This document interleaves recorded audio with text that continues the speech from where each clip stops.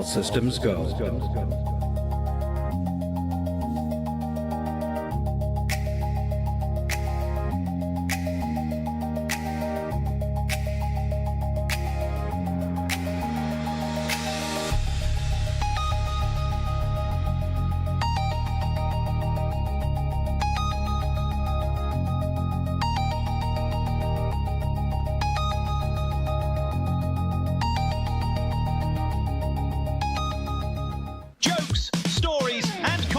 Heard on Scott and Val Save the Universe are not necessarily the opinions of this station, its sponsors, the network, or our broadcast partners. Now, a brief safety announcement. Do not consume hot beverages during the first 15 minutes. The show has been linked to several incidents involving coffee being sprayed on keyboards, clothing, and through noses. If laughter lasts the full 2 hours, congratulations! You've earned honorary Twitch status! So tighten your seatbelts, lower your expectations, and you better go find the Roku remote. This is Scott and Val Save the Universe!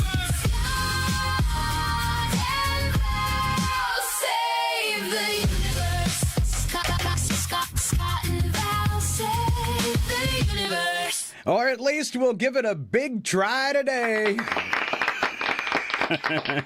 Good morning, and welcome to Scott and Val Save the Universe, the radio show you should watch. And as we just said, you can do that on your Roku. And my beautiful sister off to, well, it depends on how you're looking at your screen and which side I'm on. This is like stage left and stage right. But right beside me, my beautiful sister Val. Good morning, Val. Good morning. All right. You know, when we decided we were going to try and save the universe, I think we bit off more than we could chew. I don't know. Maybe we'll inspire. If we inspire at least one person, haven't we done it? If somebody says, you know, I tried to do the right thing because I listened to your stupid show, and I did it yesterday by doing this. So yeah, if you've done something to save the universe, head on over to our Facebook page. Val's going to give you the directions on this in just a second. But our Facebook page under Rogue Frequency Network, and maybe tell us how you save the universe. There's something great you did. It's okay to toot your own horn, because we have a part we're doing in the second show called Humans Being Accidentally Awesome. And we've got a great story today, I think. So, at least one of them I think is really good. So. All right. And she did it herself, and I made that our lead story. Well, that's why I think it's good. And you get to do it, of course. I figured she wrote this; she can read it. There you go. All right.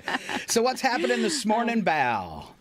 All right. We are on your radio this morning at 102.7 KCHW in Chewelah, Washington, and online with live video, which is kind of new for us. We can do it on Roku TV via the Kick app. So just if you're on your Roku TV, go to the App Store and find the Kick app. Today, you can also find us on Facebook, YouTube, and Twitch under KCHW or Rogue Frequency Network. Segments today with our cast of silly people include Alan Milani, Joe Wazinski, and Ken Owens is on vacation. He's taken kind of a page from my book and going on vacation way too often. Yes, totally. And I doubt his wife is awake yet this morning and listening to the show, but I will say happy birthday to his wife, Pam Owens. Oh, right. Now they're on vacation, so did Pam stay home? Pam stayed home, yes. So good for her. I think that's her vacation. Get away from Ken. There's probably more than one wife that would say that. Yeah, exactly. We also have Nigel, our AI sportscaster, and he will be covering the world of auto sports. Today, wait for it, it's toe wrestling. And with pictures. Rubik's Cube. Yeah. Rubik's Cube and mermaid competitions. Yes. Mermaids. Yes. So I think that we'd be better if we had fairy competitions. That could go a couple ways. Dragon competition? Dragon competitions. All right. All right. Odd news now. We've moved that to 7:40 and taking its place in the second hour by almost popular demand. Almost. Another segment of UFO, yes or no. And we have a ghost, too. Yeah, we're going to do a little paranormal stuff today. So some cryptids and a ghost. Yeah. Yeah, and I want to say again, if you have seen a UFO, we would love to hear your story and share it online. If you had any pictures you snapped, that would be even better. But, you know, since we're kind of veering off into the paranormal stuff too, if you've seen a ghost, if you have any encounter stories, yes, we want to hear from you. Please share them. We do. We want to hear from you. Messages at facebook.com / Rogue Frequency Network, all together, no spaces. All right. Right. And finally, if you wish to comment, again, Scott just gave you a little way to do it there. Please visit us at facebook.com / Rogue Frequency Network, all one word, as we are not quite talented enough to watch all 6 platforms that we're on. Yeah, if you're posted on the KCHW page or the YouTube page for comments, or on their pages, we can't go back and forth while we're trying to talk. I think right now on my computer I have one. Oh, I don't need to have that open. Let's turn that off because that's probably stealing system resources. We never want to lose system resources. No. I've got 1, 2, 3, 4, 5, 6, 7, 8, 9 programs just on this PC. And I run a computer back at the radio station with this PC. And then my other PC, it runs the radio station and another program. So it gets off a little easier. But it's kind of crazy, so we can't read at the same time. But what we can do is bring you this morning's jokes. And as usual, my beautiful sister kicks it off. All right. A new poll reveals if the 2028 presidential election were held today, it would be 2.5 years early, but really, really convenient.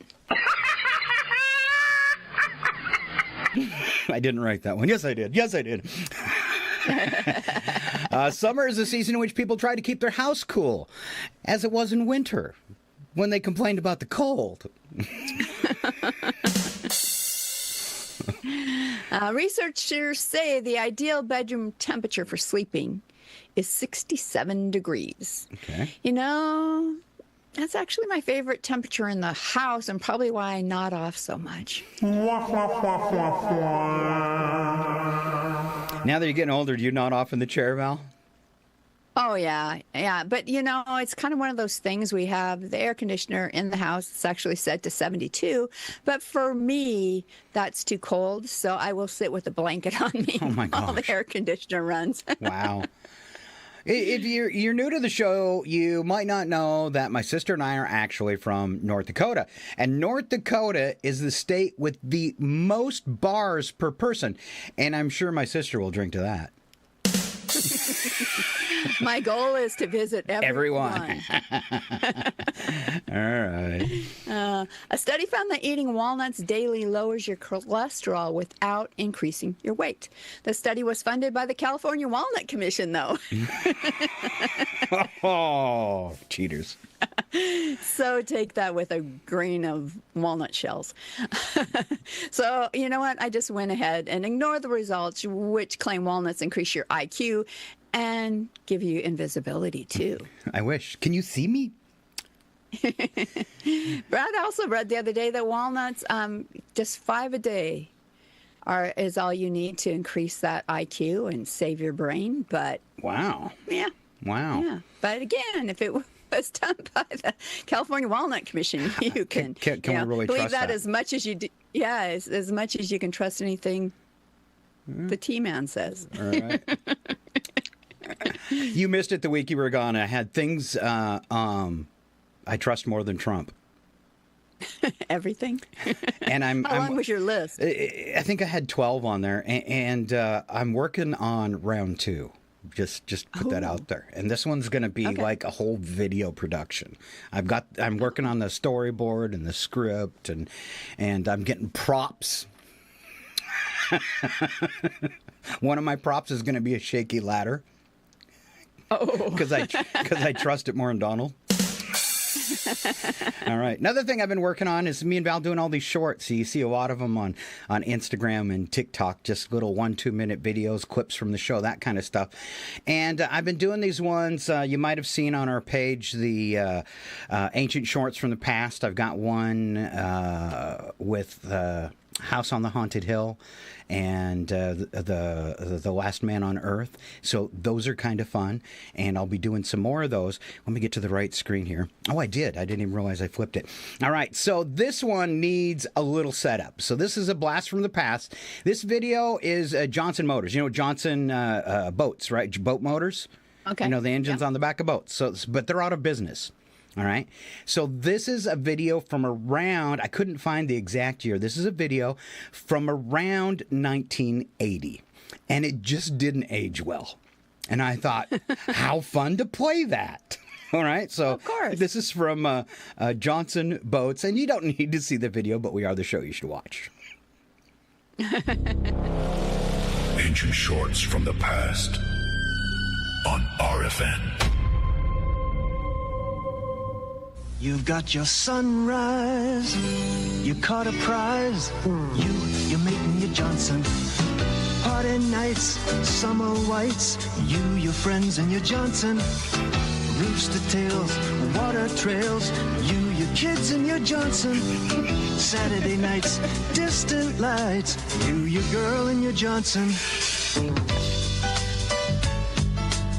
You and your Johnson, a way of life for over 50 years. It's been 60 for me. Oh, that is hilarious. I'll post that later today if you want to share it with your friends. But Oh, yes. wow. So it did not age well, did it, Val? No, it did not. But it makes for hilarious radio. It does make for good radio. All right. We've got some more good radio here. This is Scott and Val's marathon training tips. Because me and Val, we know lots of stuff. We don't run, but we still know stuff. All right. The only time I've run is from a bear. And if I'm running, you better run too. Okay. Let's see here. We have running. He has a huge participation sport. So, of course, we had to offer some training tips for summer marathons and all the 5K runs that go on with the fairs and that kind of stuff. So, Val, would you kick off the first thing that people should probably do? All right. You know, if you're going to go all in, you should probably quit your job and hire a personal trainer. Quit your job, number one. Part B, get a personal trainer. All right, next thing you should do is make sure you have a pair of new, comfortable running clogs. Oh, they're a step up from the running Crocs.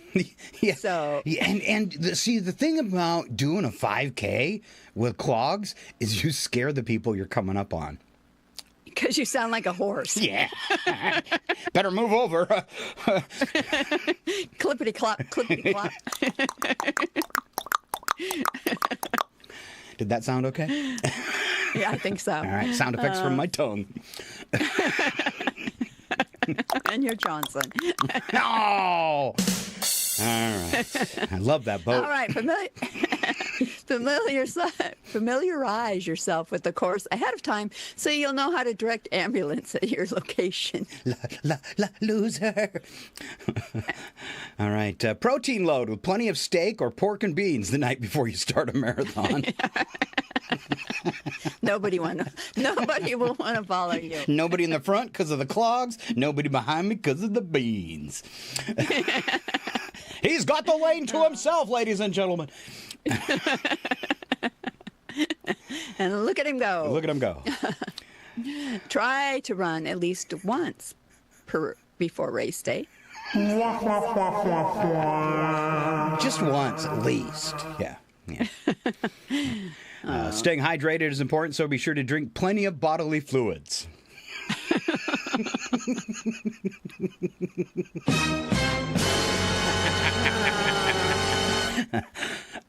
I think I got that wrong. You can substitute beer, but then you're going to have to stop every 10 minutes along the trail.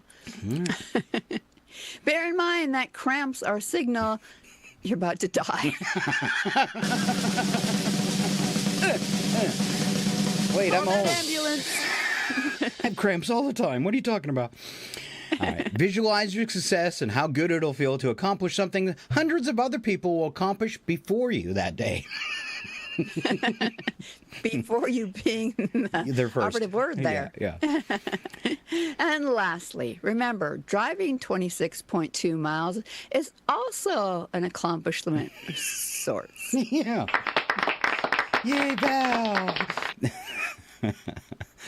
All right, this one's kind of long, so we'll try to keep it moving so we can get to odd news.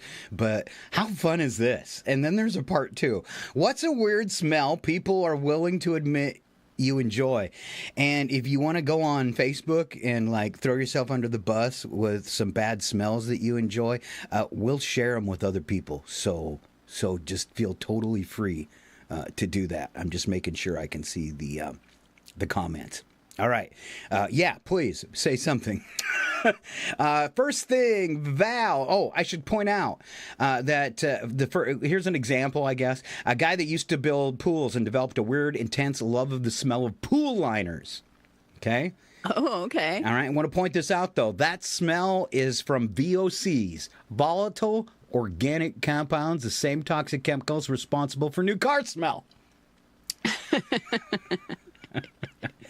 All right. Which it explains, I don't know, it's kind of along the same line. I pour resin in Farkle boards and I do resin over my paintings, and I like the smell of resin, but at my husband's prompting, I did purchase a unit that is supposed to remove them from the air. Did you tell him at your age it really doesn't matter? It doesn't. I'm just resining my brain at the same time. Okay. All right. And lungs. It's okay, though? You're surviving. All right. I'm surviving. Let's see. Some of the ones on the list were gasoline, fresh asphalt. Oh, don't like the smell of that. A skunk from a distance. That guy's got to be a pothead. I was going to say, I just remind you of the Mary Jane. Permanent markers, new tires, rubber balloons, chlorine at a swimming pool, two-stroke engine exhaust, diesel fumes, campfire smoke on your clothes. Always nice, wet concrete after rain. Oh, yeah. Oh, I love the campfire smoke. Who wouldn't love that? That's not an odd smell to me. It is the day after. Because it's starting to fade and you don't know what it is? Okay. It's not really fading. It's just like kind of like turns into, I think, that old cigarette to me. Throw out a few more, Val, on the list there. You know, I'm going to go back to permanent markers because I do like that smell. Oh, yeah. Yeah, a lot of people do. Yeah, so some people like the smell of hot electronics, burning leaves, freshly cut lumber. Again, I don't know how you could not like that smell. Gunpowder after fireworks, smoke after blowing out a candle, old books. Ew. I think that's a great smell too. I know. Yeah, musty basements, not so much. Attics, Antique stores are kind of fun though. They have a good smell to them. Okay. This smell, I don't know how anybody could like it because this is absolutely disgusting. Dust from an old vacuum cleaner. Oh, which is probably mostly old human skin. That's what I was going to say. Ooh. All right. A few more. New carpet, fresh paint, nail polish, super glue, WD-40, leather. Oh, yeah. Leather's a good one. Hockey equipment, baseball glove leather, horse barns, cow barns. Wow, who likes the smell of that? Chicken coops. Chicken coops is the worst, or, your pig pen. Those two are... Wet dog, puppy breath. Right up there with puppy breath is after, when I don't know if you've ever had your cat get up in your face after they've cleaned themselves really well, but they smell like fresh rain to me. Oh, yeah. Like rain on the sidewalk. Cat paws. People say they smell like popcorn. I've never smelt my cat's paw because I know where they stand when they go potty. I was going to say, all mine smell like it's litter. Yeah. Ferret musk. I'm wearing it right now, ladies.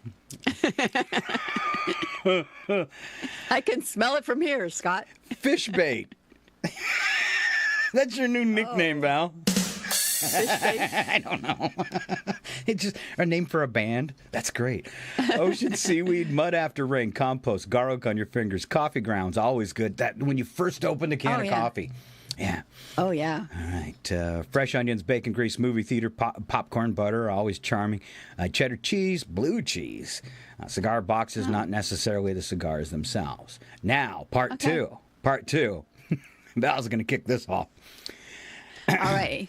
The other ones, we could agree on some of them, right? We could say, oh, yeah, that's a good smell. But you've got a real problem if you like the smell of the following list. Yes. All right? Yes. Used gym socks, that's achieved sentience. So old, they've achieved sentience. Okay. Grandpa's CPAP machine. The inside of a clown shoe. Oh, because they're probably plastic. Oh, this one. Oh, I mean, we can all imagine the smell, right? A porta potty in August. Ew. Microwave liver and onions at the office. A tax auditor's coffee breath. You owe money. The DMV waiting room. The mystery towel hanging in a college apartment. Ew. Oh, the DMV waiting room, it does have a scent. It's called Misery. You see the oddest people in the DMV waiting room. Mm-hmm. I once saw a girl who had flip-flops on, but they were broken. Nice. They're like skids. All right. Yeah. All right. A rental bowling shoe that's seen things. If you like the smell of these, you have a problem. An elephant enclosure on a hot day. A submarine after Taco Tuesday. Or pork and beans. A zombie's pillow. Death and decay. The air inside a mascot costume. That's been worn all day. Especially in July. Yeah. Yeah. Dumpster behind a seafood restaurant. Sasquatch's armpit. King Kong's PJs. A medieval knight's underwear. Ooh. Hey, I'd like to see that. All right, Val, would you like to finish off that list? Sure. The seat cushion from a taxi that's never been cleaned. Ooh. How about a UFO after aliens have been road tripping for 6 light years and probing things they shouldn't probe? Ooh. The breath is someone who says, "Want to smell this?" Never fall for that. Never. The inside of a garbage truck. Oh, I pull my finger. You don't try that either. No. You've really got a problem if you like the smell of these last two. Oh, big problem. Big problem. Trump's promises and a used diaper genie from a daycare. Whoa. Under the same smell. Yeah, it's one of those, something ain't right. Something smells like poo-poo caca. All right, I'm not going to ask you to try to say that again, but thank you very much. Don't try it now. Yeah, Don't make me. That was bad. Ladies and gentlemen, brace yourselves. It's time for Odd News with Scott and Val. The only segment brave enough to ask, who let this happen? And then read it out loud anyway. Proof that evolution is taking a coffee break in America. And 1 or 2 other places too. This isn't fiction. It's humanity, unsupervised, on Odd News with Scott and Val. All right, here we go. Today's Odd News, and kicking it off with our very first story, a phantom mime, my sister Val. All right. Residents of a quiet Massachusetts community recently discovered that the scariest thing you can encounter in the woods isn't Bigfoot. It's a mime. Ew. Police say a man dressed head to toe as a classic French mime spent weeks startling hikers, dog walkers, park employees, and more. Witnesses reported seeing the silent performer lurking behind trees, appearing out of nowhere, and silently staring at people before wandering off. Things reportedly escalated when authorities saw the mime stripped down to his underwear, coated himself in cooking oil, and continued roaming around the park.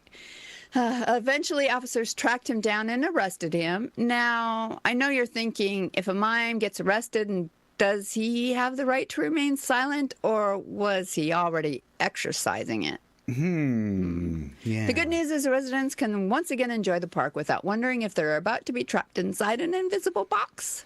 I think that'd be kind of the excitement about attending the park, though, don't you? Yeah, just I didn't know you could mime. Like, it works really good on the camera. Wow.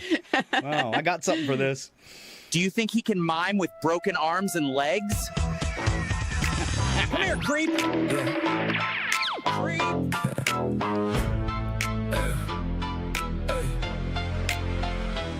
I hit the trail for a peaceful day, then a striped shirt nightmare stepped into my way. A white face, black beret, not a single sound, just stared right through me while sneaking around. Behind every tree, every bend, every vine, you don't expect to be haunted by a mind. Mind creepy vibe, silent as a ghost but he won't hide. Mind creepy vibe, wish he'd just annoy me with an invisible ride. Then he stripped to his underwear, covered himself in oil. That's the moment every hiker's blood started to boil. Dog walkers ran, park rangers called. Even the squirrels looked visibly appalled. The cops showed up, finally ended the show. He didn't resist, just pretend he was in cuffs, you know. If a mime gets arrested, does he have the right to remain silent or get violent?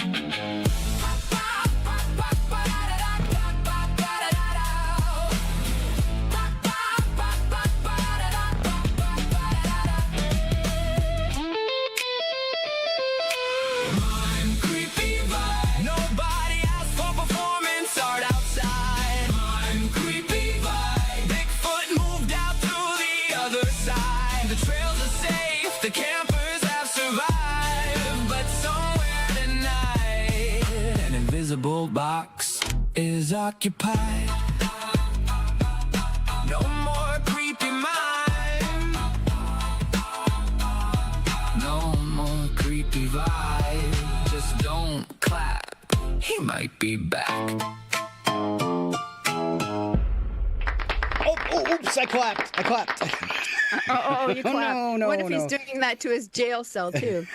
How could you imagine annoying the other inmates? Doing the rope pull over? Yeah. All right, next one up, serial biter. I like this. This is something I could get my chompers into. No. Police in really sink your teeth into it, right? Yeah. Police in Kenyon Village have been dealing with an unusual mystery. Residents say someone has been sneaking up behind unsuspecting people and biting them. Not robbing them, not mugging them, not giving them a little pinch. Just biting them. Biting? Yes. Oh. Authorities have received multiple complaints from confused victims trying to explain that, yes, they were randomly chomped by a complete stranger. Investigators are still trying to identify the mysterious biter and determine why this person apparently believes they're living in a zombie movie. Dun, dun, dun. It's got to be one awkward police report. Excuse me, ma'am, what happened? I was just walking home. And? And somebody bit me. Where, ma'am? I'd honestly rather not say. Is it necessary for the police report? Yes. Well, inquiring minds want to know. Moving on. All right. In today's world, you can rent a car, you can rent a tuxedo, and now apparently you can rent a friend. Take notes, Scott. I'm so excited. A growing number of businesses are offering companionship services where customers can pay someone to spend time with them, whether it's having coffee, going to an event, taking a walk, or simply having someone to talk to. I can see you should get a job application, Scott. The service is designed to combat loneliness and provide human connection in an increasingly isolated world. Supporters say it fills a real need, especially for people who have moved, retired, or are simply struggling to meet new people. Critics say it feels strangely like paying for friendship. Well, I don't see a big problem with paying for friendship. No. Sometimes we pay for it anyway. Yeah, one way or another. I have an ad from one of these companies. Here we go. You can rent a car, rent a tux, rent a house. Now, for the first time ever, you can rent a friend. Introducing the Desperation Warehouse. We're America's premier friendship outlet. Whether you just moved to town, you're newly divorced, or you've simply got 45 minutes of opinions about vintage model trains that somebody legally has to hear. She said she'd listen to anything. I've described my fantasy football keeper league for 2 straight hours. She hasn't blinked once. 10 out of 10. Our professionally trained fake friends will nod, giggle, wink. They'll even laugh at your jokes just like a real fake friend. And they will never, ever mention that you called them by your ex's name. Basic package starts at just $29.99 an hour. Premium packages include sustained eye contact and shoulder touches. Desperation Warehouse friends are not licensed therapists or actual friends. Do not invite your new friend to court hearings. Do not name them in your will. Do not text them during off hours. Desperation Warehouse friends do not know anything about your weather. Emotional attachment not covered by warranty. Void where lonely, which in this country is most places. The Desperation Warehouse. We got hundreds of people waiting to cash in and be your friends. Call now! Who's gonna find out? I don't have any friends! Desperation Warehouse. That's where I shop. Can you imagine? So you are working for this company. You get a job as a paid-for friend, and then the person they send you out to be a friend for is a Trump supporter. And you're not? And all they want to do is have you watch Fox News with them. Oh. I hope that they match friends, with appropriately. Yeah, Yes, I'm sure they've got a questionnaire or something. Would you mind saying that again? Idaho? That's frightfully interesting. We pronounce it Ohio. Potato Head! Way to go, Idaho!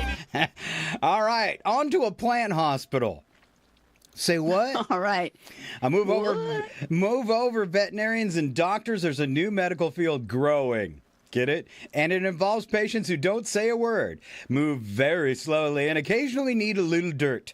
Plant hospitals are becoming increasingly popular as people bring in struggling houseplants for professional care. Experts diagnose problems like overwatering, poor sunlight, nutrient deficiencies, and the most common plant emergency of all. Owners who love those plants so much, they've killed them. Or almost killed them. All right. Plant experts say the biggest mistake people make is assuming every plant wants the same thing. Yeah. Apparently, some plants like attention, some like to be ignored, and some are basically teenagers with roots. Good news is these hospitals are helping plants recover. The bad news is your cactus may soon have better health care than you do. Dun, dun, dun. Well, I wonder if you can get like a plan, like a yearly plan, like buy insurance, because I would need it. I kill every plant that comes near me. Well, you might need insurance for the doctor bill. All right. Yeah. So I got it. I'm gonna I had an imagining of what it would be like at the plant hospital. So just a quick video. Nurse, we're losing chlorophyll. Scalpel. No, wait. Hedge trimmers. This patient's a little prickly, isn't he? It's a cactus. If you're not watching on video, it was a cactus. But it made me think, Val, what are some things a nurse or doctor at a plant hospital might say to each other? So would you start, and we're going to go back and forth on these. Okay. I'm starting. BP is stable, but morale has taken a hit. Nurse, we've hit the thorny part of this procedure. I removed 3 spines, only 4,997 to go. We're going to need a tetanus shot for everyone in the room. Suction? No, not the cactus, me. I just grabbed it. I've done surgery on sea urchins that were friendlier. If this thing asks for water, don't believe it. It's manipulating us. Just like when I asked for a drink. Ooh, get this one. Its insurance only covers annuals, not perennials. This could get expensive. How about I've got good news and bad news. The tumor was just another cactus. Oh, that's good news then. All right. This patient's heart rate is Photosynthesizing. No, not that. All right. What you would say, one doctor to another, when you're working on a cactus, looks like another case of acute catastrophe. That's a tough one. I tried to split it up to make it easier to say. like catastrophe, but cactus in there too. Best plant hospital doctor line anywhere. This operation is really needling me. Congratulations, it's a baby. Succulent. Aw, it's so cute. And the last one, we'll have this patient back on the porch in no time.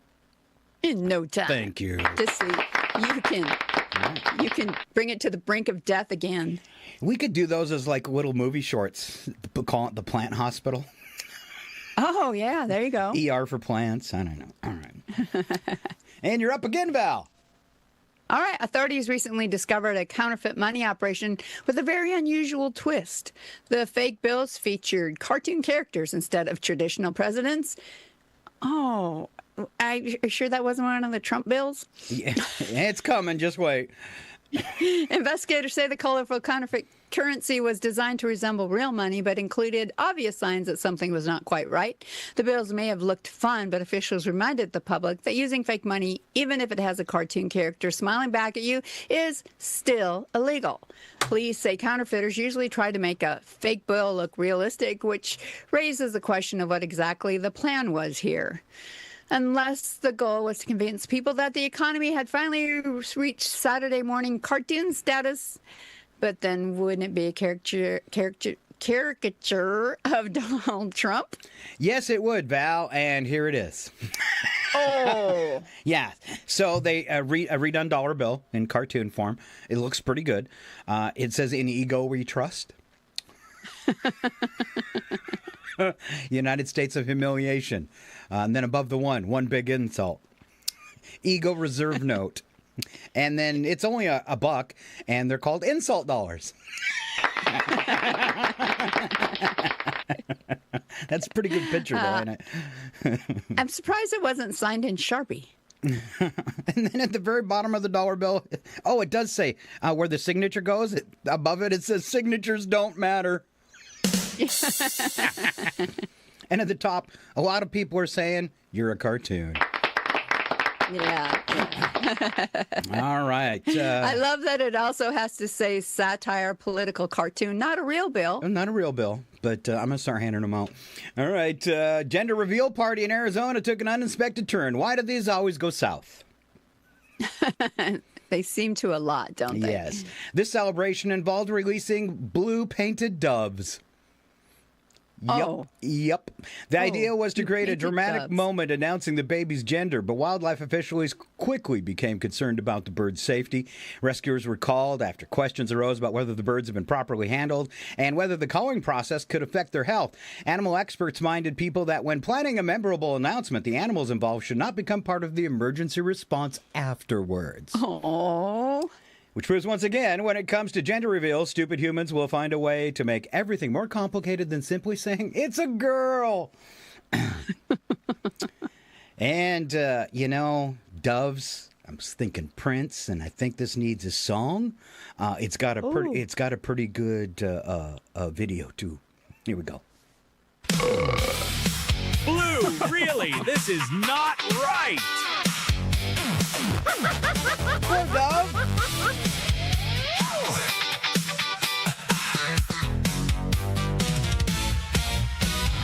Pink balloons are yesterday's news. Now everybody's chasing viral views. Smoke bombs, fireworks, cakes explode. Anything to dominate the episode. This week's brilliant masterpiece. Paint some doves and set them free. Turns out Mother Nature's got a pretty serious complaint for me. The baby's fine, the bird's not so much. Somebody should have thought this through. Why do blue doves cry? Flying through a bad idea sky. Everybody's filming, nobody asks why. That's why blue doves cry.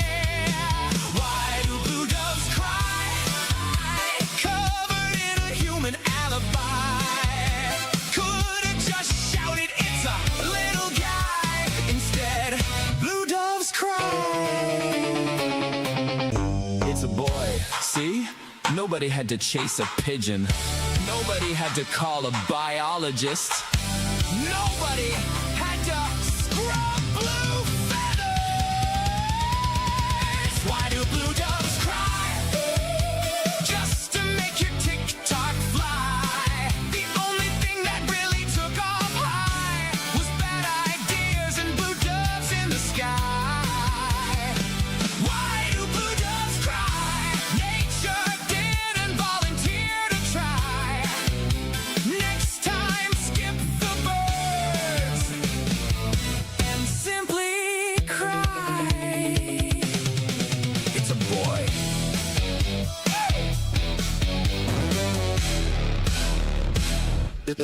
It's a boy. All right. Those songs from today came out better than expected. We're laughing anyway. Yeah, last story goes to my sister because she's very familiar with Australia. Very, very. I'm going to take just one little interlude because we had a commenter. Oh. Anthony said, "You're having way too much fun with the audios today." LOL. Well, thank you. All right, on to Australia. Most couples discuss important wedding decisions like the venue, the flowers, and who gets stuck inviting that one relative nobody likes. But one Australian couple had a much bigger question. Whose last name should they use? Ooh. Instead of arguing about it, the newlyweds turned the decision into an all-day family sports competition. Cool. Relatives competed in a series of games with the winning side earning the honor of having their family name chosen. The event included friendly competition, plenty of family bragging rights, and a solution that apparently kept everyone happier than a traditional argument over paperwork. Experts say communication is important in relationships, and apparently so is having relatives willing to compete in family Olympics just to settle a name change. Because nothing says romance like, "I love you, and I'm prepared to crush your family." I love you so much, but I have to crush your family. All right. How about, this sounds like a sporting events. Let's see what happened to the mother-in-law, shall we? Oh, yes. Yeah. Go, Grandma!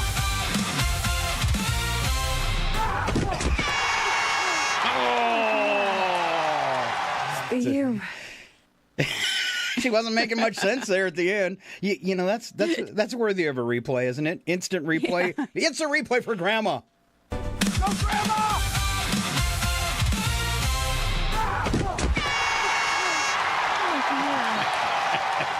You. Just a broken hip for Grandma. Yeah. On the dad, Saddest part about that story is both families were actually named Smith. You know, I feel like only Australians would come up with something like this. They are a funny lot. They are. And, ladies and gentlemen, that is your odd news for Tuesday. It's also the time of the show. I can't believe the first segment went so fast. This is the time of the show when we take a little break so our friends at KCHW can thank their sponsors and all that good stuff. When we come back, the one and only Alan Milani, and he has whacked out weather for us all, and it's national weather. Stick with us. We'll be right back. It's Scott and Val Save the Universe. Scott and Val Save the Universe will be right back. They're probably heating up a chocolate teapot. I hate this job. It's total bollocks, isn't it? Their mum must have been real knackered after raising these two wibble-wielding squiffies.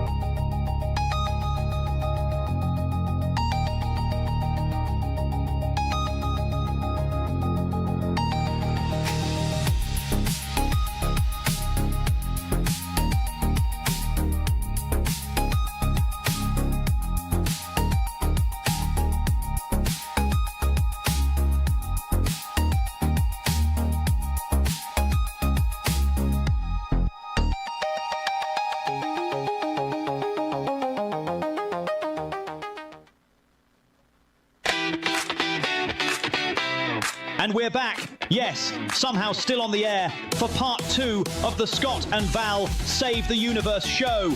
The only program brave enough to tackle cosmic chaos, armed with opinions, questionable logic, and absolutely no official clearance.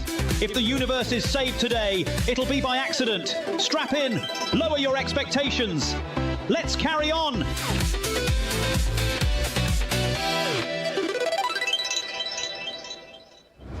It's time for RFN weather. Here with your national weather outlook is Alan Two Shoes Milani. Alan Two Shoes Milani.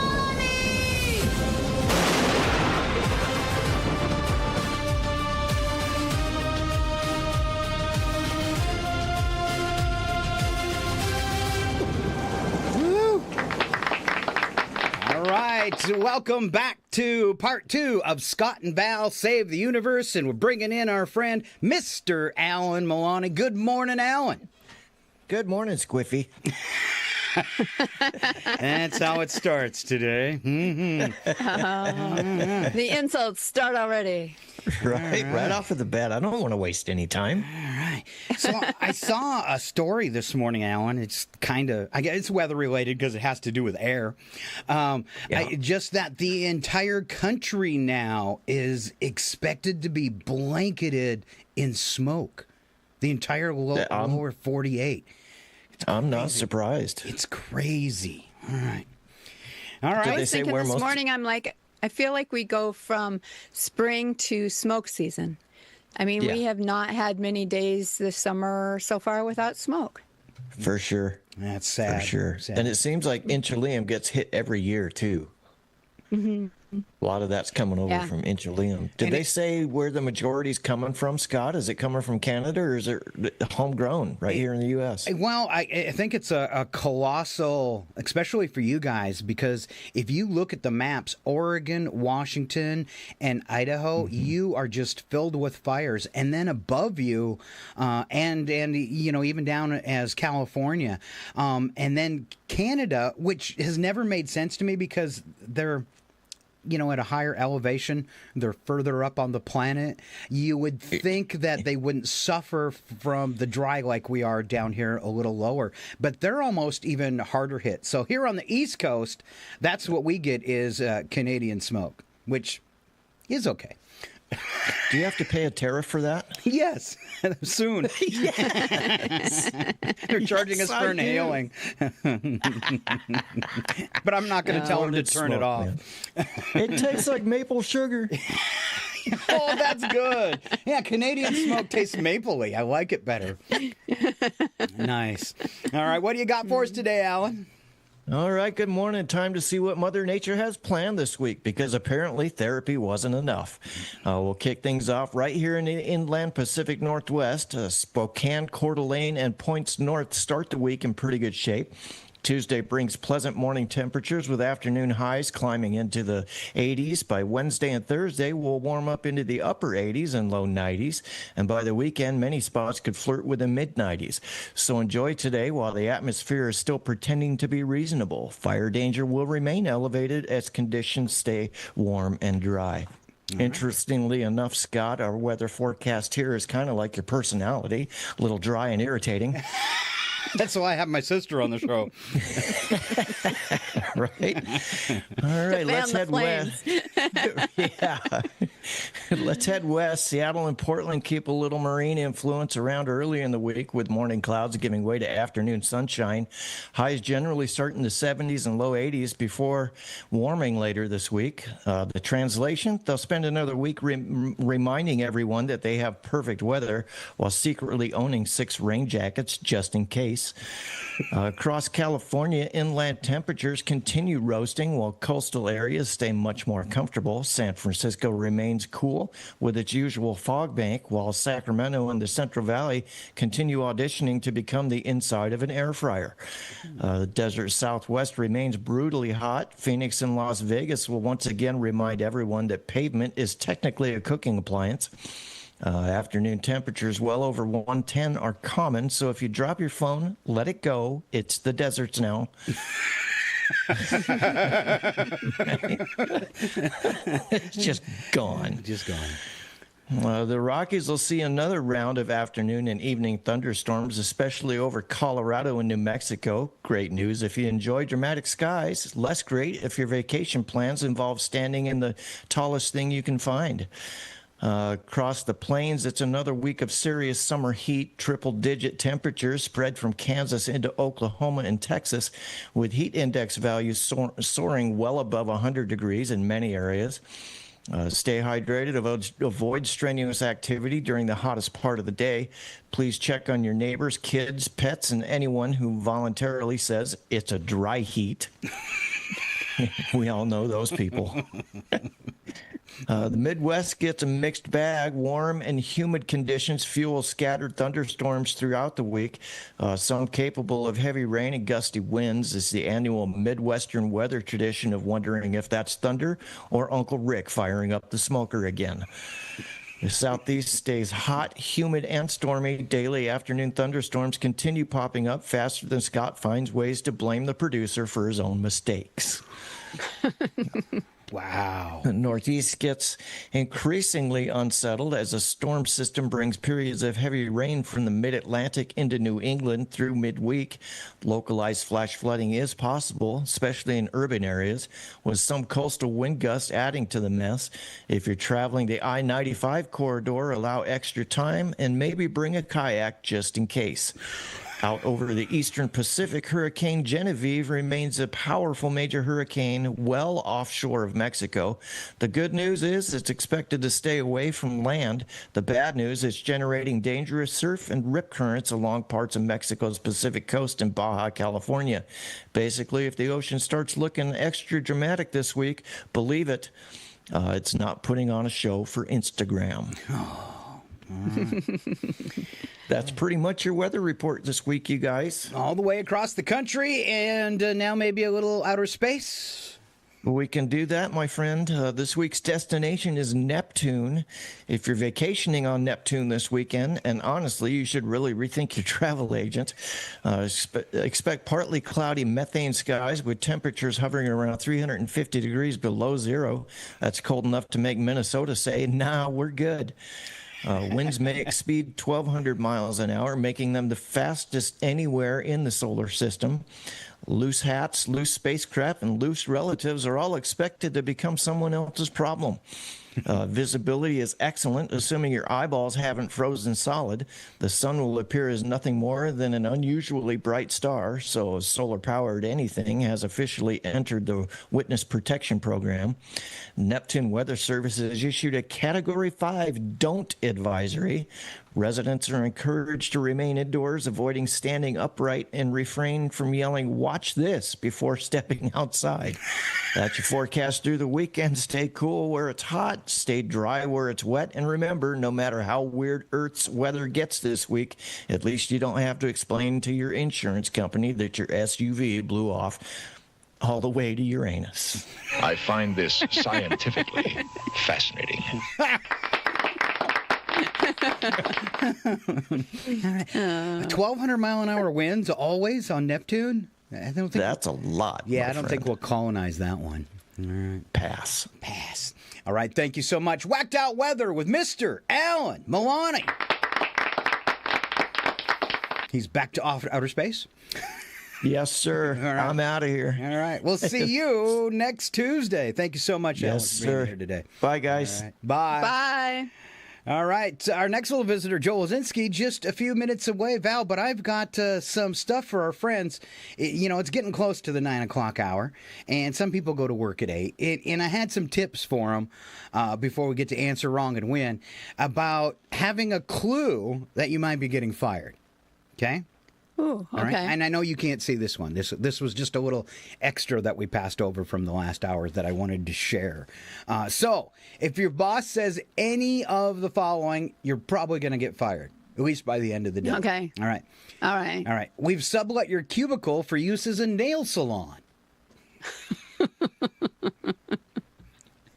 Good news. You're going to really, really, really extend your break time.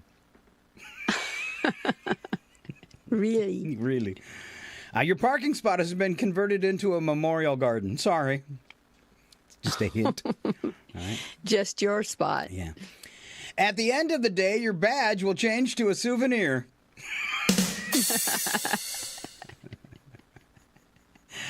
All right. And the last one. We're having your car towed, and we'd like to have you in it.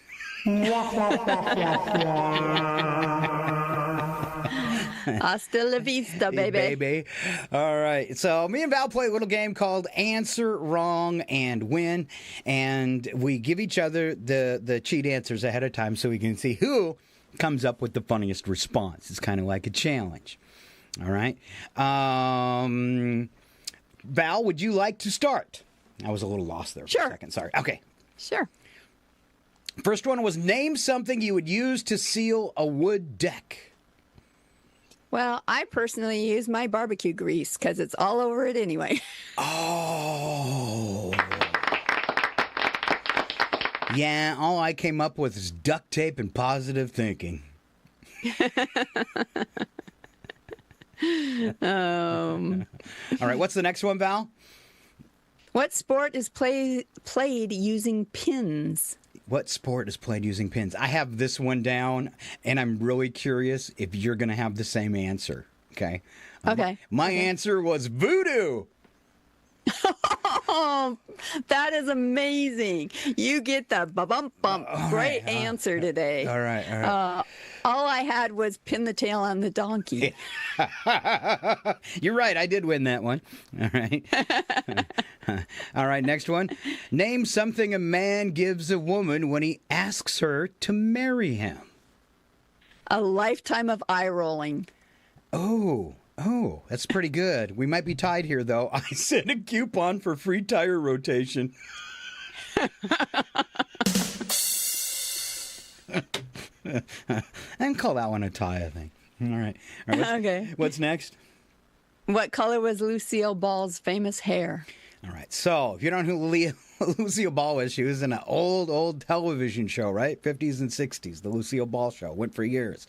I say her hair was a little green unless I got behind the TV and adjusted those weird little knobs on the old TV. And I simply said black and white. Oh, that's a tie again. All right. We're still 1-1. Last one, then. Which way should I look to see clouds? What did Val say? I feel like my answer is, you probably are going to beat me on this, but I just said down, because at least that's how we see it from the RFN 1701 spacecraft. That's right. They're right below us. I said just look toward Cleveland. Not that good either. We're going to call that a brother-sister tie. Woohoo! And hopefully we made you do this. All right, up ahead we've got, I'm going to do a quick time check. We got Joel Wilczynski. He came in a little bit early. So, Val, we've got time to do a couple more goodies. And let's go ahead and hit the date book real fast. Today is July 28th, if you're not paying attention. Here comes my sister with some celebrity birthdays. Do you want to go back and forth on these? I think that helps get through them a little quicker.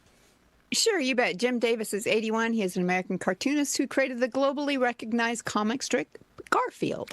Jonathan Edwards. He wrote that song Sunshine back in the 70s, American folk rock singer, famous for that 71 crossover hit. He's 80 today. All right, Sally Struthers, 79, Emmy-winning actress known for playing Gloria Stivic on All in the Family, and Babel on Gilmore Girls. Is Babette. that how you say it? Babette. Oh, that's my glasses. I thought it was Else. All right. Elves or else? Simon. Both. Simon Kirk, he's turning 77. He's an English rock drummer who anchored the rhythm section for prominent bands Free and Bad Company. We've got a lot of musicians today. All right, Steve Moore, 72, American guitarist and composer who played for Dixie Dregs and served as the longtime guitarist for Deep Purple. Scott Pelley, who was an American journalist who serves as a principal anchor for CBS News and a correspondent for 60 Minutes. He's 69. All right. 69. Lori Loughlin is 62, American actress, widely known for playing Becky Donaldson on the sitcom Full House. Oh, and also known for college scams. She'll never live that down. Elizabeth Berkley, 54, American actress and known for her roles as Jessie Spano in Saved by the Bell. Oh, my God. And Naomi Malone on Showgirls. Yeah. All right. She's got range. Afro Man. Yeah. Afro Man, 52, American rapper and musician, best known for the popular 2001 hit comedy songs Because I Got High and Crazy Rap. Jacoby Shaddix, he's an American musician who serves as an energetic lead vocalist and co-founder of the rock band Papa Roach. John David Washington, 42, American actor and former football player who starred in Black Klansman and Christopher Nolan's Tenet. Soulja Boy, American rapper and record producer, went viral in 2007 with his massive debut single, Crank That. And we move on to special events. It's Buffalo Soldiers Day, commemorating the United States to honor the historic legacy of the All-Black Army Regiment formed in 1866. Also, World Hepatitis Day, global public health campaign backed by the World Health Organization to raise awareness of viral hepatitis. And World Nature Conservation Day, pay attention, an international initiative aimed at increasing awareness about protecting natural resources and ecosystems. And here comes Val with our goofy and food holidays for today. Wow. Ooh, I like the food ones. It's National Milk Chocolate Day.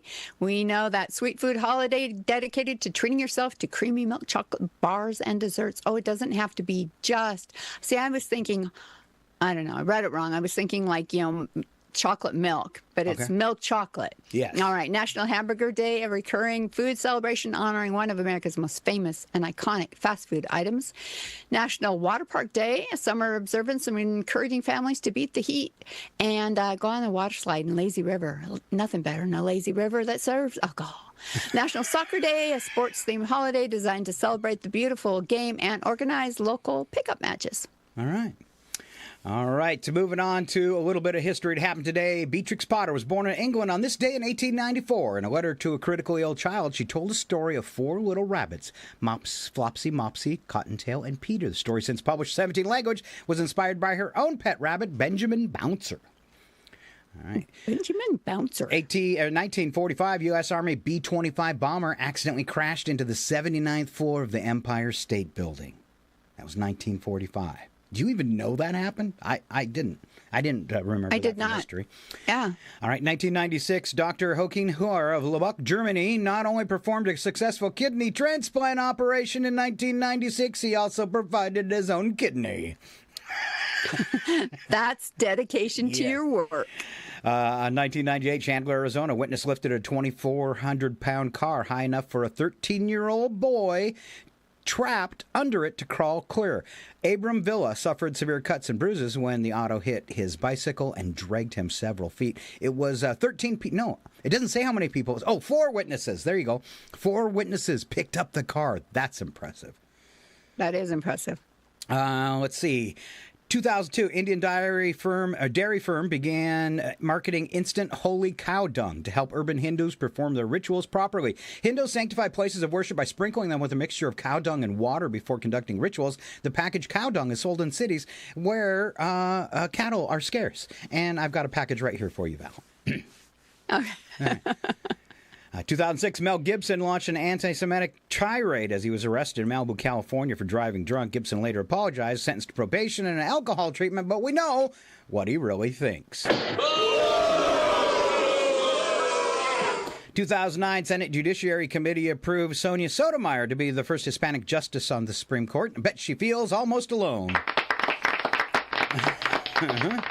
2016, the earliest evidence of cancer found in a 1.7 million old toe fossil from, Swartkrans Cave in South Africa. That was hard to say.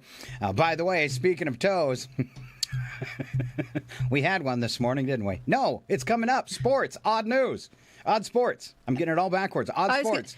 Toe wrestling. I thought you were gonna say, speaking of toes, Ken says he's watching this morning. Oh, why is he itching his toes? I don't know. All right. Speaking of toes, Ken says he's watching this morning. Thank you, Ken. That's Ken. Ken from Panic Time. Anyways, we're having more toe stuff in just a few minutes, if you like toes. Longest blood moon eclipse of the 21st century lasted an hour and 43 minutes, and that happened just back in 2018. Wow. All right. It is a big wow, as is our next guest. He is always a big wow. All right. It is Mr. Joel Wazinski.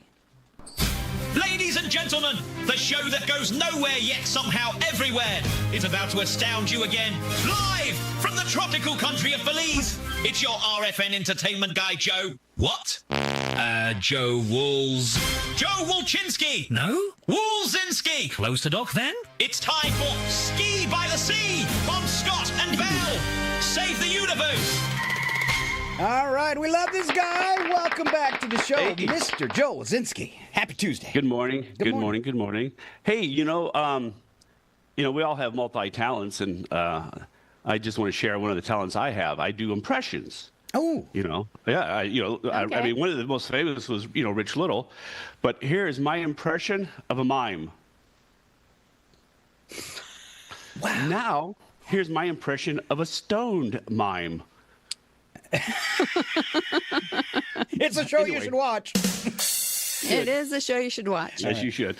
Hey, before I get started with my entertainment news, I'd like to address the elephant in the room, okay? I told you I'd get to it, so go ahead and sit down.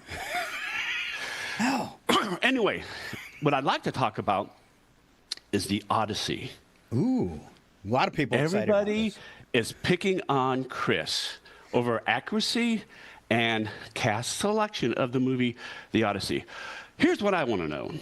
There was a movie called The Dark Knight where basically an actor died from acting, and nobody said anything.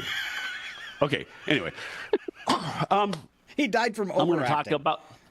Yes. Great job. But anyway, I'm going to talk about how much the entertainment industry has made year to date. Oh. From the 1st of January to the 22nd of July, $1.7 to $1.8 trillion. The full year forecast, 3.1 to 3.2 trillion. This is the approximate of the, a breakdown of the category. Television and streaming, 450 to 500 billion. Wow. Digital advertising, 350 to 400 billion. Video games, 110 to 120 billion. Film and theatrical, 65 to 75 billion. Music, 44 to 55 billion. Live entertainment, 120 to 150 billion. And publishing, radio, podcasts, and other media, 550 to 650 billion. So I guess we should be getting that royalty check soon, right there, Scott? I think you have to have followers first. Oh, okay. Yeah, it's this thing. Okay. All right. Just one little problem. Let me continue on. So what I'm going to do is talk about the top 5 grossing movies out there that are out there. Okay. Number 1 is Super Mario Galaxy movie with $1.1 billion. Wow. Number 2, Michael. That's the buy-up of Michael Jackson. $1.1 billion. What's wrong with him? Oh, Toy Story 5. This is a show you should watch, so you understand why we're laughing. $959 million. Huh? Whoa. Oh, and we all love Toy Story, don't we? Yes. You did a pretty good Woody there. The Devil Wears Prada 2, $690 million.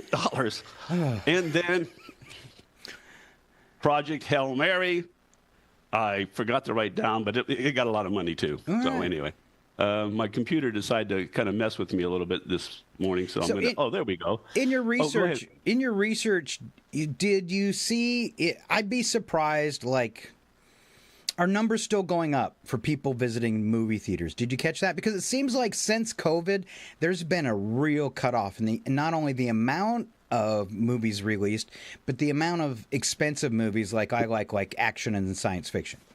That's a really good question, Scott. But here's my question. What do you mean by research? I just kind of, go on and get this information 5 minutes before the show. Oh, okay. But if you want me to start doing research, that royalty check's got to go up a little bit more. Okay. That's fair enough. I think the industry's doing okay. Okay. I think what I heard the other day, it's the best we've had, and I think since COVID. So. Right. Well, maybe they'll make more movies. Now, things are going to change, more with the streaming and, the buying of things. And, it's just, I don't know.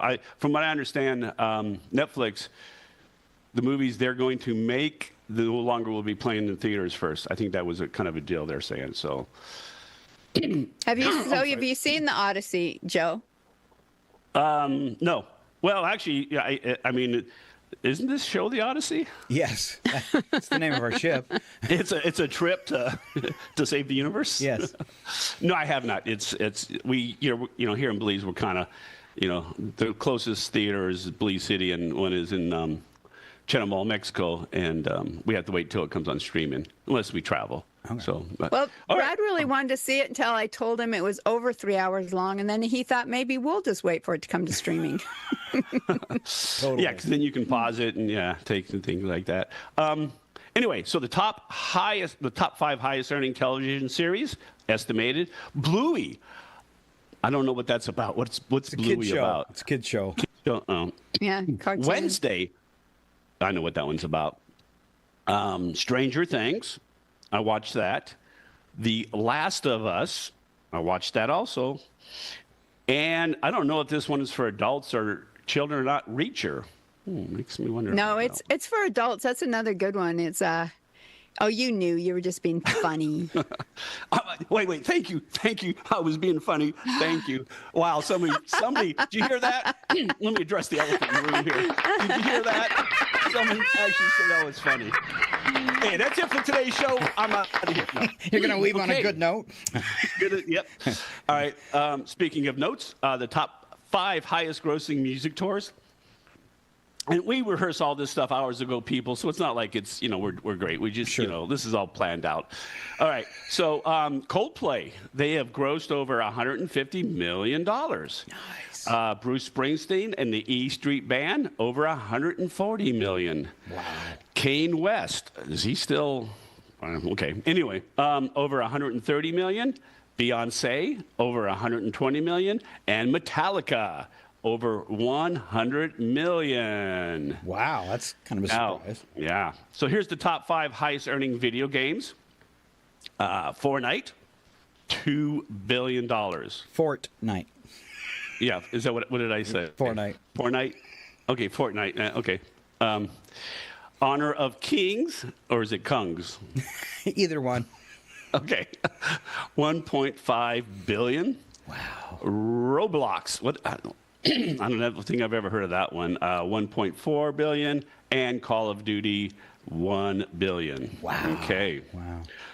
So let's see if I stole any more information off the internet. I guess I didn't. I guess that's it for tonight. That's what he calls research. There you go. All right.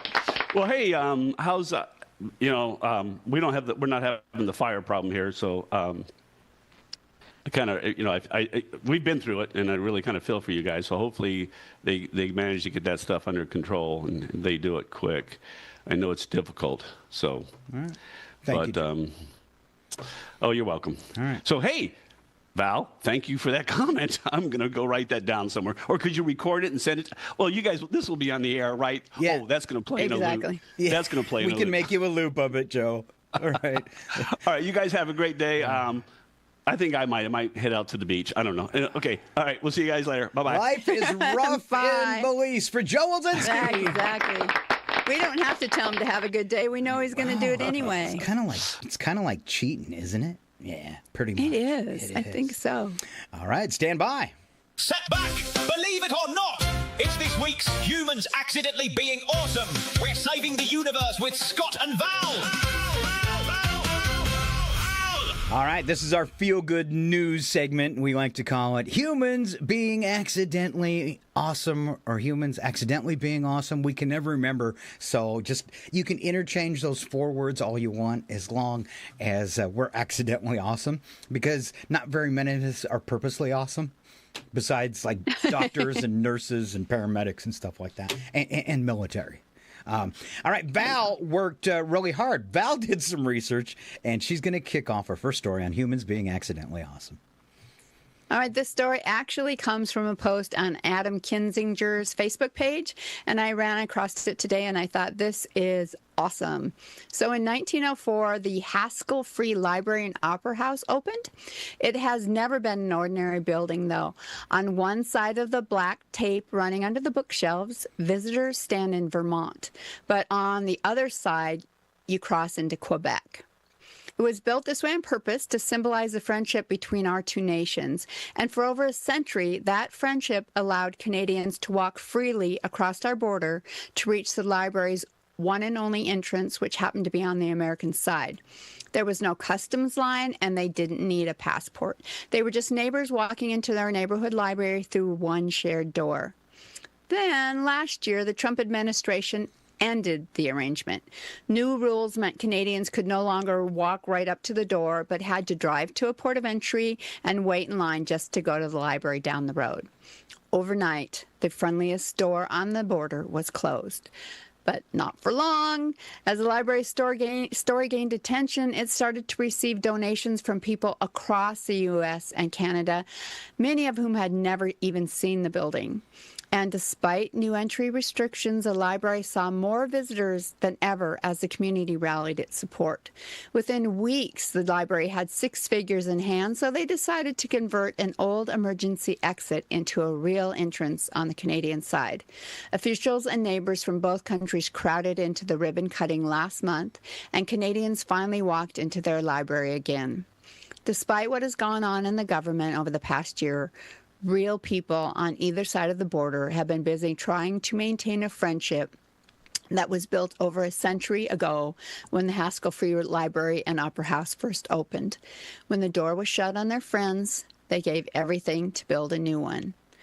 Now, the political rhetoric is just as loud as ever, but it will eventually end. Meanwhile, the friendship between the citizens of both countries may be quiet, but it will continue, because when it comes right down to it, there's always humans who will step up and be accidentally awesome. Nice. Good one. What a great story. I mean, this is our closest neighbor who we've had a relationship with forever. And when Trump is gone, God rest his soul. We are going to have so many relationships to have to try and rebuild. It's going to be a really rough job for the next president, I think, to go back and fix so many things that have been tried to be broken or destroyed. So, all right. Next one up is a UPS driver who's being hailed as a hero after noticing something didn't seem right during a routine delivery. When a longtime customer failed to answer the door and several other warning signs caught the driver's attention, he decided not to simply leave the package and move on. Instead, he contacted 911 and stayed nearby until help arrived. First responders discovered the elderly resident inside suffering from a medical emergency and in need of immediate treatment. Doctors later said the quick call likely prevented a much worse outcome. It's a reminder that delivery drivers often know their neighborhoods better than almost anyone, and sometimes a routine stop turns into a life-saving one. That's so cool. You know what I do for my Amazon driver, because he has to come visit me so much, and he has to walk a little ways to get to my door? When it's hot out, I always leave him a cold water and a candy bar, or I should say, a health bar. Yeah, he digs it. So. All right. That's really cool, and I feel that's the sad part for me, at least in this area, is you never have the same Amazon driver, because I feel like our UPS driver we know well. We've had him for 15 years, but our Amazon drivers are different every time. And so I miss that connection that you have with someone that you see on a regular basis. You get to know them, too, I wish in your 15-second I wish visits. that part would change. Yeah. One thing I will throw out there, though, there's a feature that you can use if you feel like your Amazon driver is going above and beyond. All you have to do is say to Alexa, thank my driver. And that goes on to their little thing that they did a good job for you. And so just a little thing you can do to thank them in return as well. I'll do that every day. Maybe that helps them get a raise. Yeah. If you got a lot of positive feedback, it helps if you're negotiating for sure. All right, Val, high school robotics. Right. A high school robotics team has discovered that building robots can do a lot more than win trophies. After adapting technology originally designed for competition, the students created a machine capable of helping search dangerous areas that would be risky for people to enter. Emergency responders recently tested the robot during a search exercise using its camera and remote controls to inspect confined spaces and relay information back to rescue teams. Officials say innovations like these could eventually help locate missing people or assess hazardous conditions without putting first responders in unnecessary danger. Not bad for something that started as a school science project. Good job, kids. There you go. I wasn't quite sure if we'd covered that one once before. I know we had something similar, but I opted on the side of it's a worthy thing. So we'll do it again in the worst case scenario. Our last one, passengers on a commercial flight. This is another one that's going to tug at your heartstrings, Val. Passengers on a commercial flight got an unexpected reminder that heroes don't always wear capes. They sometimes even fly coach. When a passenger suffered a sudden medical emergency shortly after takeoff, an off-duty nurse immediately identified herself and rushed in to help. Working alongside the flight crew, she assessed the passenger, provided emergency care, and helped stabilize the individual until the aircraft could land and paramedics be aboard. Airline officials praised the nurse's professionalism, saying her quick actions gave the passenger the best possible chance before reaching a hospital. Fellow travelers rewarded her with a round of applause after landing, proving that sometimes the best in humanity shows up at 35,000 feet. Yeah. Amazing.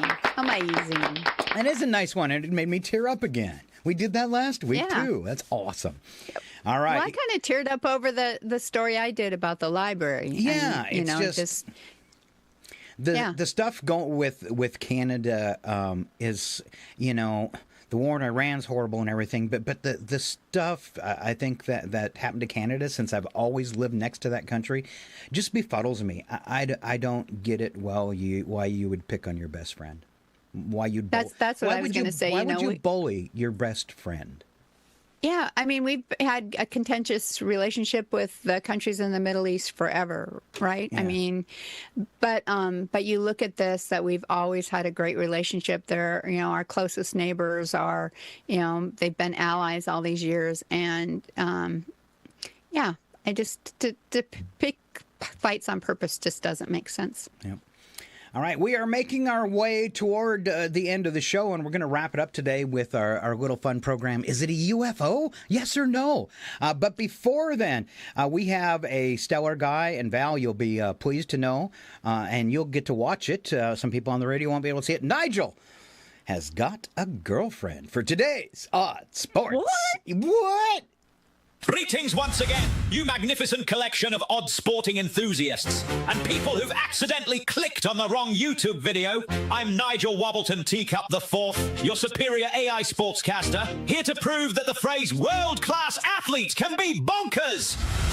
Let's begin with toe wrestling. Created in England in the 1970s after someone allegedly declared, "We've already invented every sport." Clearly, we hadn't. The rules are simple. Two competitors remove their shoes, lock their big toes together, and attempt to pin the opponent's foot for 3 rounds. It's essentially arm wrestling if your arms had athlete's foot.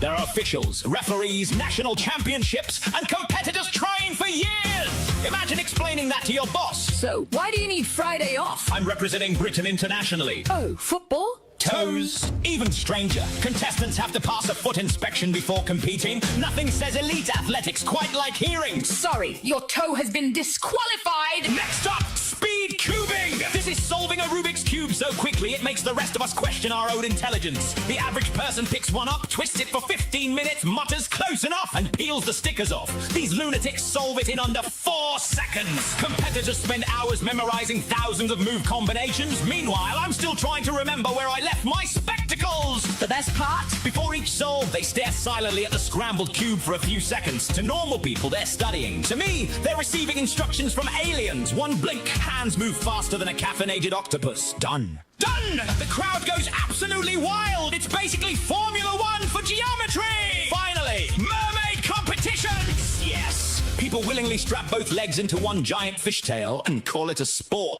Competitors perform synchronized routines, underwater acrobatics, elegant swimming, and artistic choreography while looking effortlessly magical. You know what's magical? Them not drowning.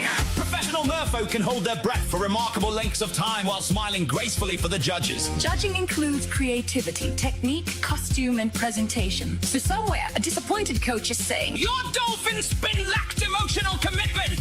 The costumes can cost thousands of dollars, which means someone has genuinely said, I've remortgaged the house for a better tail. It takes remarkable athleticism to look majestic while your knees are zip-tied together. So what have we learned today? The British grapple with toes, geniuses race tiny plastic cubes, and grown adults transform into mythical sea creatures. I've been Nigel Wobbleton Take Up the Fourth, reminding you that somewhere on this planet there's a world champion toe wrestler. Ew. Until next time, keep your digits limber, your Rubik's Cube unscrambled, and if someone invites you to a mermaid competition, Don't be a numpty and ask where the changing rooms are. now go! Scat, scat, scat, scat, scat, scat, scat, scat! Now go! Scat! And for those people who say AI can't be funny, you are wrong. That was funny. That was funny. Yeah, it was funny. And do we know what Nigel's girlfriend's name is? And I haven't named her yet. She is, though, totally hot. Good job, Nigel. Yeah. Dude, give Scott some tips. Yeah, really, really. How do I get an AI girlfriend? Hey, I think I need to hear this.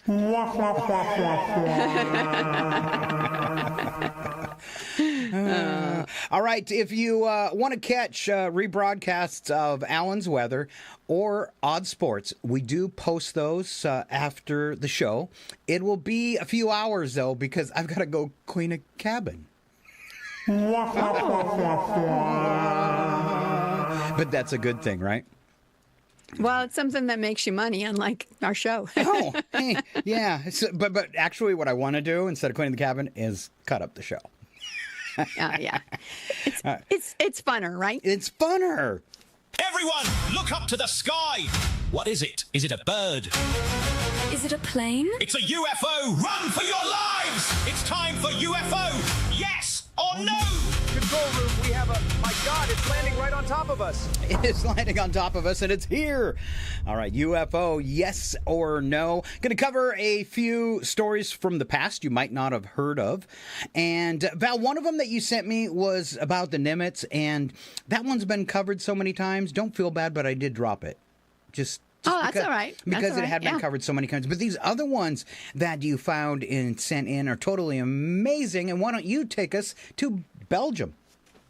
All right. This is called the Belgian UFO wave. It went from 1989 to 1990 when thousands of people across Belgium reported seeing enormous triangular craft silently flying overhead between late 1989 and early 1990.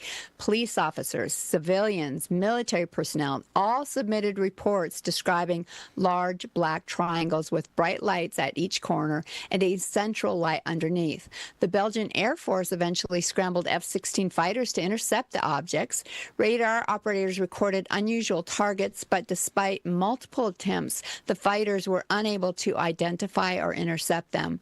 The Belgian government openly investigated the sightings, making it one of the most transparent official UFO investigations in history. Wow. And I put up, so what they did is, of course, it was the 90s. Nobody had a good photograph of anything, and then rather than a light. But they did, because so many people saw it, they did interview a whole bunch of them, and then an artist came up with the composite that I put up on screen. One thing I find interesting about it, it's not a normal geometric triangle. It looks like one side of it's fatter than the other, and also cut off where it wasn't a perfect triangle based on people's perceptions of what they saw. All right. It almost looks like, because of that one side being really thinner, it almost looks like paper airplane style or something. Yeah. Or I guess that front part, it could be the angle that the front part could be the tip there, I guess. I'm not quite sure. Yeah. Right. Yeah, the one to the right, I thought maybe. But yeah, very interesting. O'Hare Airport. This one is as well because so many staff saw it. This happened back in 2006 on a cloudy afternoon in November. Several United Airlines employees at Chicago's O'Hare International Airport reported seeing a metallic disc hovering above gate C-17. Just hovering above the gate. Witnesses included pilots, mechanics, supervisors, ramp workers, and the mechanics who observed the object for several minutes. According to reports, the object suddenly accelerated straight up, punching what witnesses described as a perfectly circular hole through the cloud layer before disappearing. FFA never conducted a formal investigation. Their answer, actually, I listened to this video last night. I didn't think I could have the right to play it, so I didn't. But they were interviewing people that saw this, and they were just saying, oh, that was just atmospheric phenomenon, and man, did that mechanic get offended. He goes, no, it wasn't. He goes, I've worked at that airport forever, and I've never seen any kind of craft like this. So FFA, when they were contacted about investigating it, they said, we don't do these kind of investigations. Airport security contacted about it. They said, we don't investigate these kind of things. So attributing the event to a possible weather phenomenon, but then the number of independent aviation witnesses continues to make it one of the most discussed civilian airport sightings ever. So, kind of fun. Wow, that's pretty wild. Just the fact that, nobody, it's not my job. It's not my job. And so hence it doesn't really get investigated, right? And then common people go out and do it and get made fun of, right? Right. Right. So I'd say like this story, since you didn't feel like we, for copyright issues or whatever, could replay that video. I'm sure if you did a little search on the internet for the O'Hare Airport UFO in 2006, so you could pull up the videos and check it out. Yeah, there's a 20-minute documentary on it, actually, on YouTube. Oh, so very cool. Yeah. All right. Next story is some human birds. All right. This is a viral human bird creature. Video has paranormal fans flapping. A strange video circulating online has paranormal investigators buzzing after viewers claimed it shows a mysterious creature that appears to have both human and bird-like features.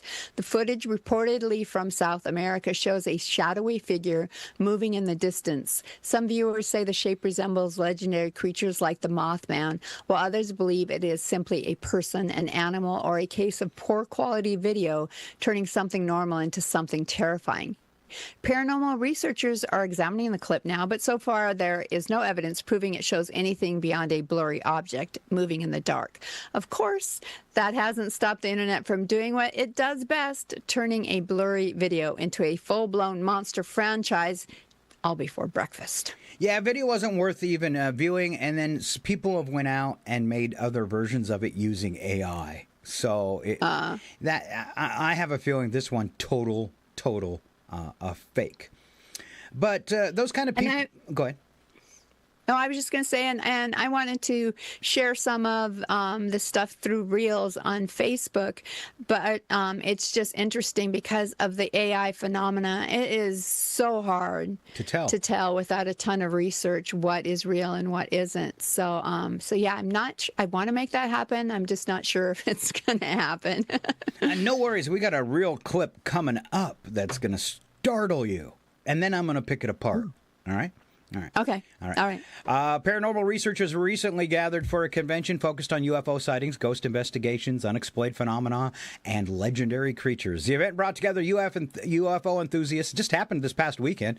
Ghost hunters, cryptid researchers, and people who enjoy spending their weekends asking, "Did you hear that?" in an abandoned building. Attendees share investigations, discuss strange encounters, demonstrate paranormal equipment, and compare evidence from unexplained cases around the world. Convention's mission was to explore mysteries that science hasn't fully explained, proving once again that humans will investigate anything from strange lights in the sky to suspicious noises in their basement, as long as someone remembers to bring a flashlight. For sure. That would be fun. I mean, I love the paranormal stuff. We've talked before. I've had some ghost experiences. So, yeah, I just find it all fascinating because I believe there's more out there than we could possibly know about. I've had to work in a couple buildings that were claimed to be haunted, and I would agree with the statement after working there. But it does bring into the question is, was it me having this pre-information that something creepy is going to happen? So something creepy did happen, you know, because I'm paying too much attention to it. But then on the other hand, I'm a very oblivious person. So keeping that top of mind to be maybe scared that I'm going to get haunted, that might not be it too. So maybe I still, you know, you always question yourself in a situation like that. Well, and the experiences you had in the one Fox Theater, I mean, our brother had them too, and I think others have experienced some of that. I think anybody that's activity. worked in the Fox Theater has experienced the Fox Theater. Yeah. Pretty sure that would be a place I would love to go hunt, and I'd be very curious if anybody ever has done any ghost hunting in that building. So. Yeah, and the other building in town that was interesting, and people might not know this, and I don't know if it's still experiencing hauntings, but Brad used to deliver different places around town, and the one that that the employees would talk about is the Patsy. Dairy Queen on Francis, which seems like a really strange one, but the one that's west of Division there on Francis supposedly had paranormal experiences in there. So. And Spokane has that restaurant, I think it was Patsy Clark's. I've been gone so long, I don't still know if, but employees actually claiming to get injured by the ghost at that restaurant. Yeah, and I think they've turned all of that into a business building now, I think, office building type of thing. But yeah. All right. So anyway. Paranormal Watch, our last story, and it goes to Val. All right. A truck driver in Chile says a late-night drive turned into an encounter he still can't explain. The driver was traveling along Route 78 around 3:30 in the morning when he says he noticed that what appeared to be a woman dressed in white standing near the road. As the truck approached, the figure seemed to move across the highway. The strange part? The driver's dashboard camera appeared to capture the entire event. The driver says he was never a believer in ghosts before that night, but after watching the footage, he admits he is reconsidering his position. Skeptics say there could be several explanations, including lighting, reflections, or someone simply walking near the highway. But paranormal investigators say there is one important question. If you're going to appear as a ghost on a lonely road at 3:30 in the morning, couldn't you at least wear something brighter? Please, we'd like you to show up. All right, this is frozen for a few minutes, and I am going to point out there's some kind of road sign and then something with a light off in the distance. But look where the circle is, and you can see there's something that appears to be translucent on the road. Yeah. And this is going to play several times, and it does kind of look like a person. I guess my problem, I'm going to pause it right here with this one and see if it'll... Oh, it stopped it all the way. Let's see if I can get it to go again. My problem with this one, I'll just go ahead and restart it, is that light in the back looks really bright and looks like it's shined toward the truck, even though it's in his lane of the highway. So what's that light? This is appearing right across from a road sign. Is it a lens flare caused by that light off in the distance hitting the back of the road sign? And then because of his camera lens, it's picking it up. It could be, but gosh, it almost looks like something is walking. There appears to be that walking motion with it. It does. Let's watch it again. It'll start here. Yeah, like legs are moving. So I don't know. Watching it from a perspective of watching the lines, it doesn't, as it gets beside the truck almost, I guess it's kind of hard to tell if it's actually moving on the road. Right. And could the reflection, because you can see his mirror, right, of his vehicle. Yeah. Isn't that what we're seeing on the one side is the mirror of his vehicle. So is the mirror of the vehicle, because you see that light by a little light on the ground by whatever it is. So is that a reflection from the sign ahead reflecting off his mirror and appearing there? There's so many questions, but it does. I mean, when you just watch whatever it is, you swear that it looks like it's walking. It does. It almost, and that's what doesn't make sense with what I'm saying about the reflection from the sign and stuff, is because you can see a torso, you can clearly see feet. Yes. So walking. Yeah. So it does appear like you can see whatever it is, his shirt and its shoes, and that's it. Yeah, you really can't see a head on it. So, yeah. But anyway, this is a show you should watch. So check it out on our Facebook page and all the other platforms when Scott has a chance to kind of cut this stuff up and check it out, because it is, yeah, that one's hard to, I think, to fully debunk when you can see that motion. It just, if it was kind of a big blob that just seemed to be hanging out there, you'd be like, yeah, you know, reflection, all of that. But it sure does moving, look like there's, it looks like. And if I was right about the reflection from the light off in the distance and the sign, you wouldn't have a second one down below like where the feet are. You just kind of have that what kind of looks like a torso there. Yeah. So yeah, that's a fun one. It's just so wild. Yeah, that's a fun one. That is a fun one. Yeah. All right, so you'll be able to find that as at the end of the show today, and then over the next few days, I cut up all of our different segments and post them individually. But you'll be able to catch that with your own eyes if you'd like to. Just to go follow us on our Facebook page, and you won't miss it. And Val, it's the end of the show. Do you have any closing words for us? It's been a blast as always. I think my brother often worries about whether we're going to be able to fill up a show, and it just never ever seems to be a problem, because once him and I get talking, I think we could go all day.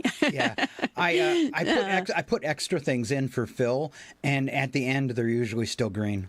That's our color for Phil. Yeah. So exactly. So, I would say just thanks for being here for the Scott and Val Save the Universe. This is episode 25. 25. Yeah. That makes it sound like we're a quarter 25. century. Yeah. It doesn't seem like we've been through 25 of these since we retooled at the first of the year, and that's even with some vacations in there. So. It's certainly gone by fast, and I think that's because we just have so much fun. So hopefully the listeners do too, because And for the people that watch it on video, it's a lot different than just doing a radio show. It takes me a couple days to get ready for an hour and 45-minute show, because of the content and the videos and the camera shots and the scripts and all that stuff. So it's quite the endeavor. That's just getting ready and not now cutting everything up afterwards to start posting online. Yeah. So you know what? He works hard for all of you. So give us a follow and subscribe. Yes. All right. We're everywhere. If you missed any part of the show, it will be available shortly after broadcast in full form on YouTube and Facebook. And those are both the Facebook and YouTubes of KCHW and Rogue Frequency Network, what we broadcast on. Plus, you can catch up on past show segments, cutouts, and shorts on Instagram, Facebook, and TikTok. Full shows on Facebook, Kick, and Twitch. And our audio-only versions on all podcast platforms, including Apple Podcasts. Wherever you visit, please subscribe or follow and say hi to us so we know you were there. Also, now that we have a bunch of shows, we're streaming content 24 hours a day at roguefrequencynetwork.com and Kick, YouTube, and Twitch. All those, we stream our past content at 24 hours a day for bored people. So. You can't miss us, really. And I feel like you used to have a little ad on KCHW, or a little thing, and it was one of your girls. I can't remember which one. I think it was Sammy. Lindsay. Okay. Yeah, it was Sammy, and it was now we're everywhere. Oh, that was Lindsay. That one was Lindsay. That was Lindsay. Yeah. And so I feel like that with us too. You can't miss us because now we're everywhere. That's right. All right. Anything else, Val? I don't think so, other than thanks for listening, and we will see you next Tuesday, same time, same bat channel. All right. Thanks to the boys for showing up today. Ken's back next week. I know Ken's got some Panic Time fans. Big thanks to my sister and to you for coming along for our bizarre show today. Have a great one. It's Scott and Val Save the Universe. See you next week, sis. Step back, everything will be okay. Two new heroes to face the day. Now throw all your fears away. And they're both in tights array. Scott and Val, here to save the universe. It's not a bad joke, or even a curse.